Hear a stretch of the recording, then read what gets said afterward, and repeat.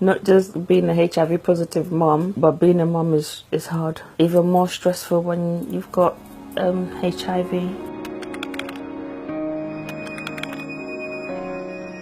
Hi, my name is Janet Aronitwi. I'm a mother living with HIV. I first discovered I had HIV when I was 19. A couple of years before that, I found out about my mum's diagnosis because she told me when I was 17, but I didn't know that I could have had it from birth from her. I just had my first sexual experience. I wanted to know if I caught something, so it was only for precaution. It was like, I got good news and I got bad news for you. All your swabs came back negative, but you're HIV positive. I felt numb instantly. He was just there, just being normal, like it was normal for him to just tell me that I have HIV. Mum didn't know that I had HIV. I had to tell Mum that I was born with HIV when I found out. We got to find this out by doing a DNA test. That's how it was identified that I was born with HIV. My grandma took me to get a test when I was about 6. So she knew that I had HIV, but she never told my mum because she didn't want to upset her. My mum was so far away. And being the only child, she didn't want to disappoint her. I didn't know that I could have children who are HIV negative. I knew it was going to be challenging, but it was a challenge that I could overcome, which is exactly what I did. I took my medication regularly, I visited my doctors on time, I followed all their advice. Eventually I got the results that I wanted. I'm going to be the first person in the UK to have 3 consecutive children who are HIV negative.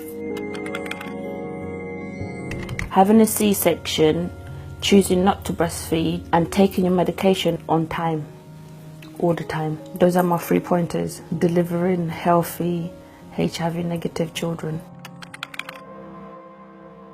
I'm a type of person who I like to treat people how I want to be treated, so I'm always open about my status. I always had to think about, what am I going to say to him? Do I even want to link this person? Because the minute I open my mouth to say that I have HIV, I'm going to be judged and stereotyped and criticized. You don't want your significant other to have these questions about your character just because you have a virus.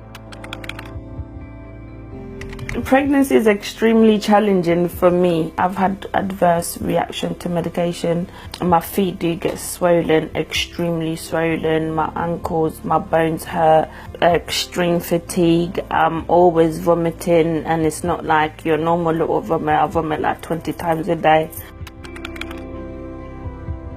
100% stigma still exists, not just in the UK, worldwide. People living with HIV are still outcasted. One time my neighbour came to help me to wash my dishes, but she didn't know about my HIV. I didn't have enough strength and I was vulnerable at that time, so I opened to her about my HIV status.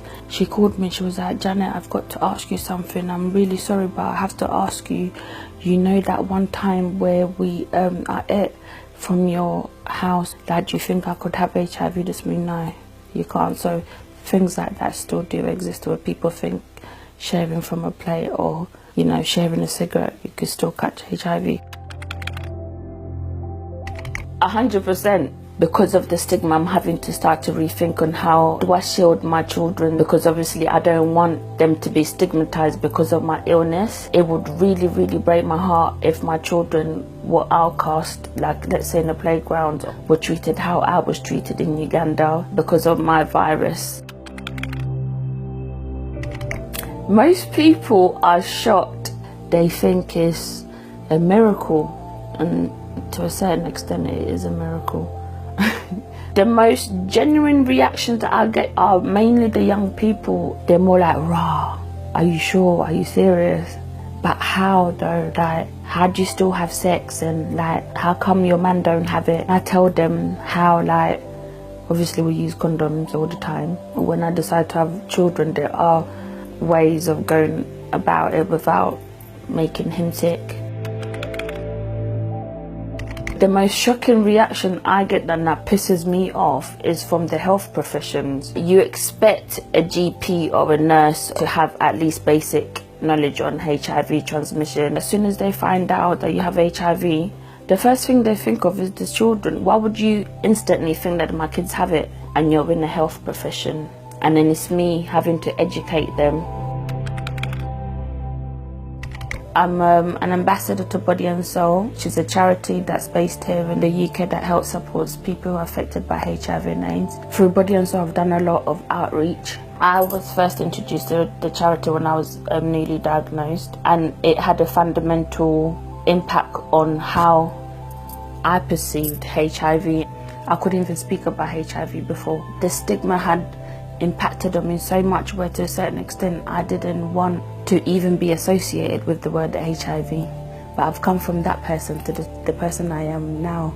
I wouldn't be a woman living with HIV positively in the UK if it wasn't for Body and Soul.